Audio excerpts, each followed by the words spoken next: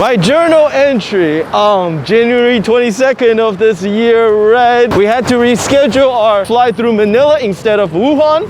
Hopefully, the situation in China is not going to get any worse. Well, we all know how that turned out. But thankfully, 2020 has been a spectacular year for Electric Unicycle. We got 7 brand new wheels, a new EUC company, as well as, of course, the introduction of the suspension system. But the thing I have really been more excited about have been the explosive growth of EUC community. Over the past year, I had heard from riders from all over the world, from countries that I have never thought of as being EUC hotspots. Places like Dubai, Philippines, and even Brazil. And I certainly hope that 2021 will be an even bigger year for Electric Unicycle.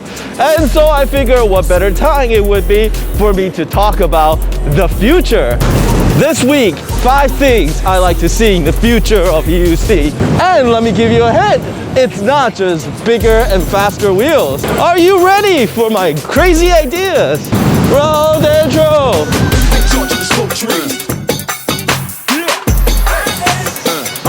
Let me holler at the DJ. As always, if you enjoyed this video, please like and subscribe and click on that bell icon to be notified of new episodes. It certainly had been a fun year. I remember it was only like about 6 months ago when I was reviewing the MSP and wondering where the heck all the new wheels are. But with the start of the summer, so did the turn of wheel intro, starting with the Motion V11, and then there was the SAT.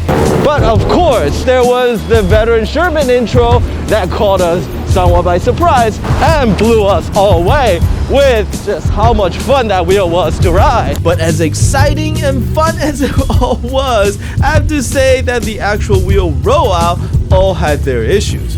First, there were the multiple shipping delays, and in the instance of Galway, even the actual introduction of the EX and Monster Pro was delayed. But even once the wheel arrived,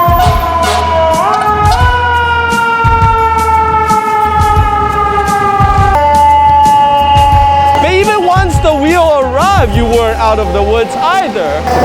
There were a multitude of manufacturing issues such as bad bearings, inner tubes, loose panels.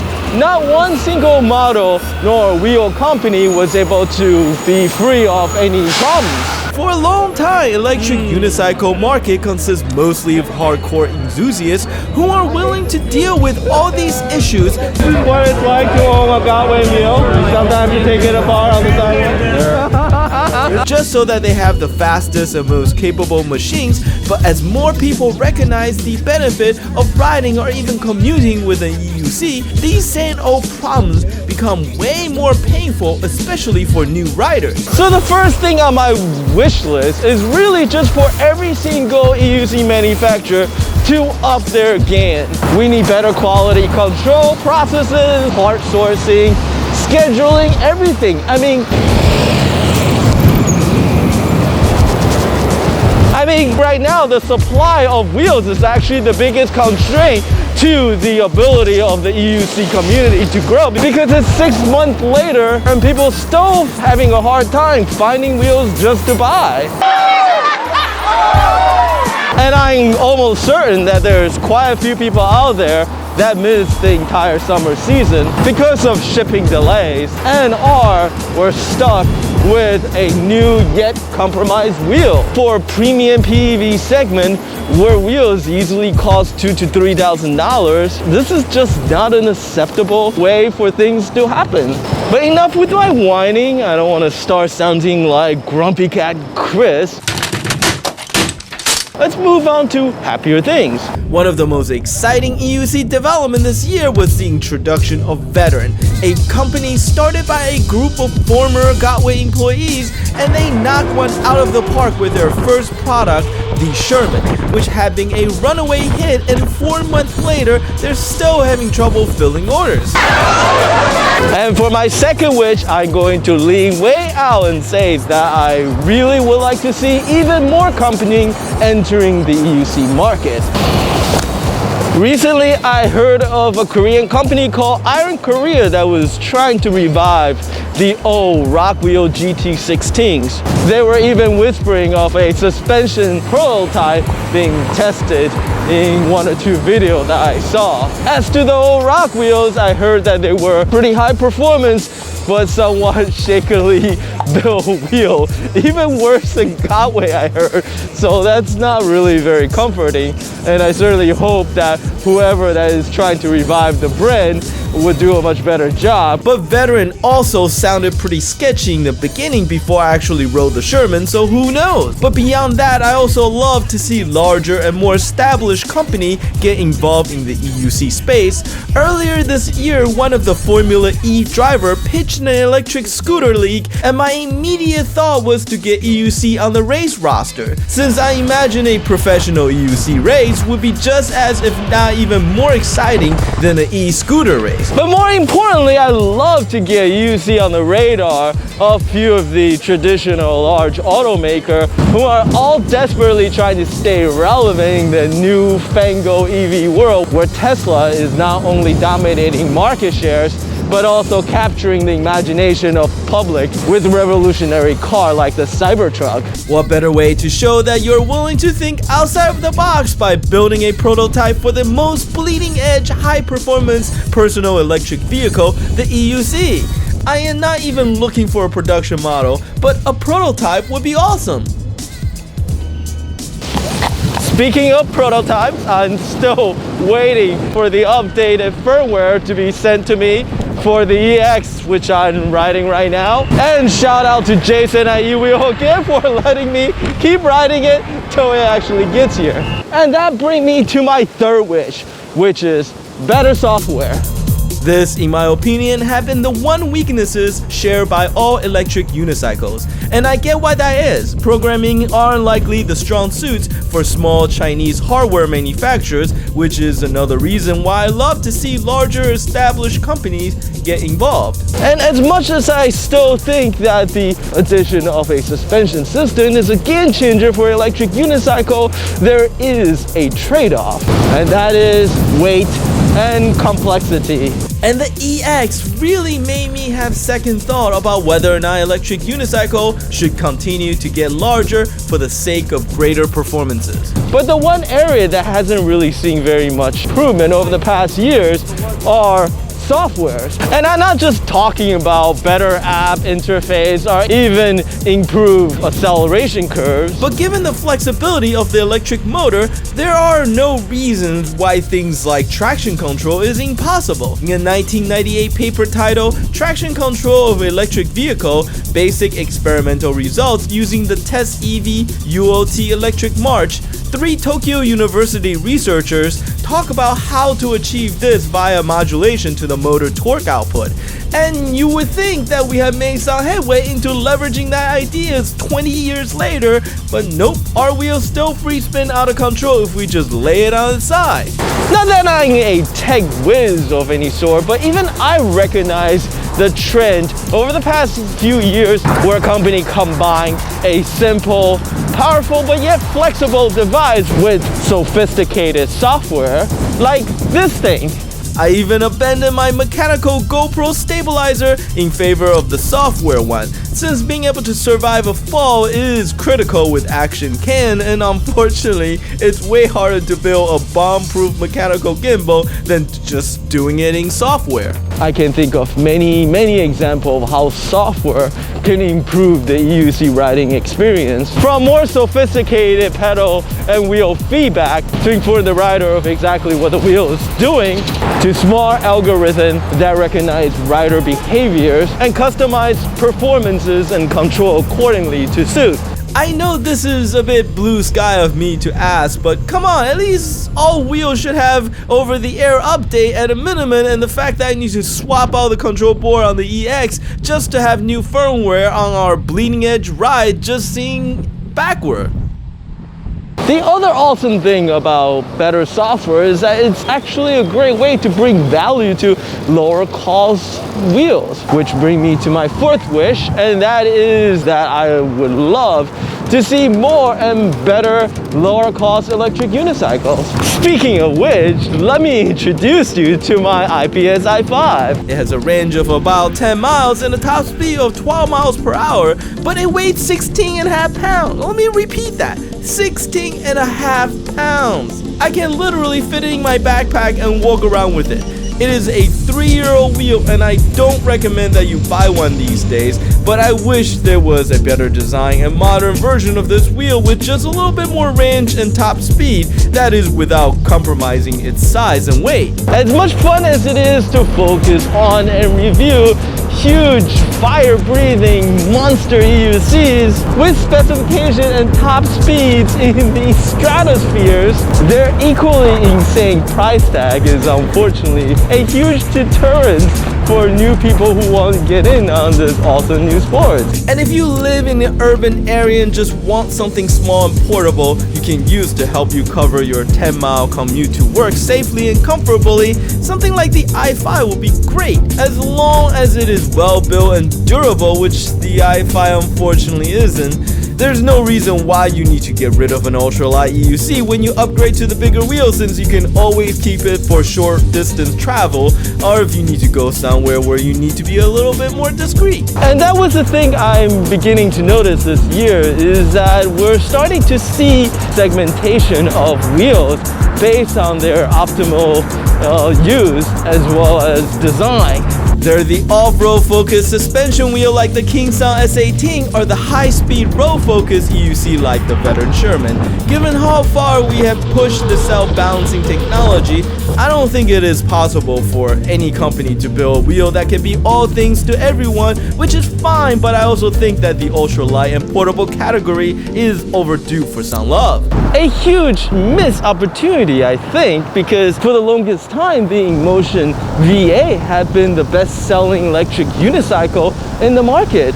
Now, the other barrier of entry for people to get into EUC is, of course, the learning curve. But honestly, I think there are many ways to solve that problem. For example, snowboarding is way harder to pick up, since not only is it tricky to learn, you also often have to spend hours just to get to a mountain to practice riding a snowboard for a few hours. But to help with that, there are a whole infrastructure of buses, lodges, and schools set up to help facilitate learning, and there's no reason why the same can't work with EUCs. And that brings me to my fourth wish, which is that I love to see the growth of a more robust logo dealership network, basically everywhere, since they would be in the best position as well as having the resource to actually help with this. There was this awesome video from a Brazilian EUC YouTube channel called Electric, which is, I think, made by a dealer out in Sao Paulo. Now, I don't actually know anything about it.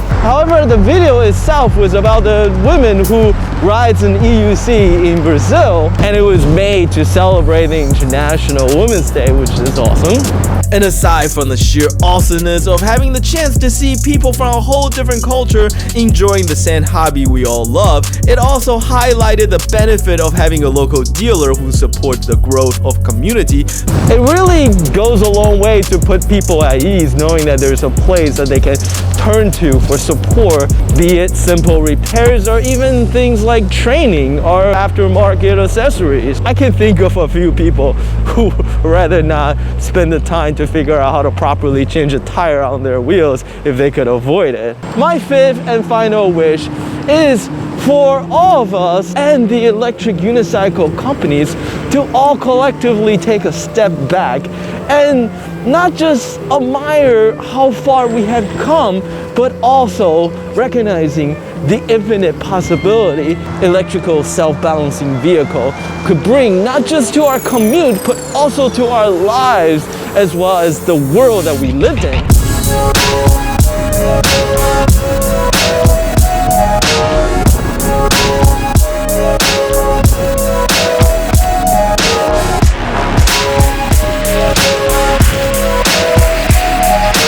In all honesty, riding an EUC had totally changed my life, and I'm not even talking about this silly video thing I'm doing, but instead it had totally changed the relative scale of this whole city I live in. What I meant is that the relevant measuring unit of size and distances is really time and resistance. By significantly increasing the amount of distance I can cover in 15-minute period and decreasing the amount of resistance down to almost nothing, I never had to worry about parking or being stuck in traffic, for instance.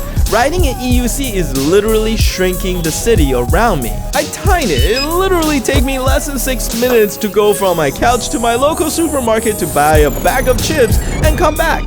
Probably not much more than how long it would take the same run to the kitchen in an average-sized suburban home. And as an architect who designed buildings and environment based on adjacencies and travel time, this is a mind-boggling change with insane implications. I was talking to Pedro from Brazil, whom you probably know from his infamous crash video, and he was telling me how he also felt similarly, and not just because of the notoriety, but he was telling me of all the people that he had met, as well as all of the just amazing ride that he had experienced. And that was when I realized what the commonality of our shared experiences were. That riding an EUC is like having broadband access to reality.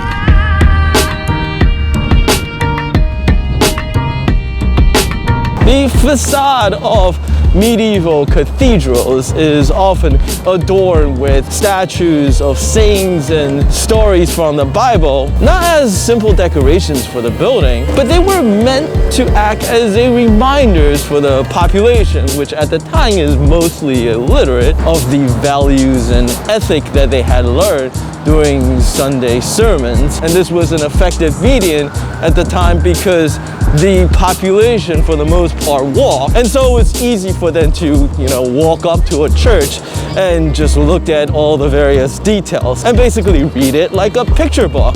But in modern times, our preferred means of transport enclose and insulate us from our world, so information migrates online and we end up with mostly blank and repetitive world. Electric Unicycle plug us back into our world, but at a bandwidth that we are more accustomed to given our habitual use of the internet.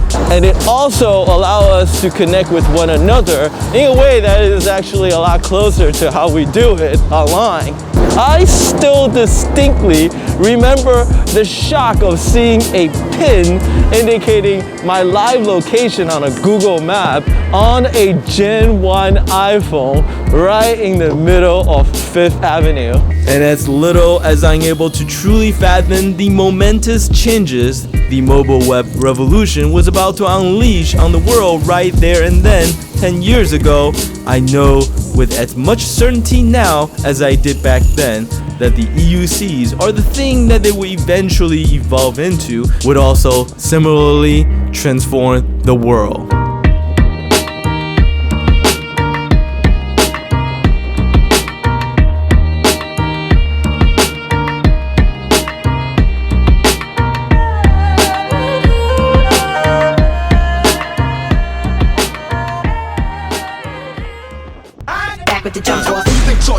Oh man, look at the time. I somehow managed to waste another 15 minutes of your life, but I hope you enjoyed it.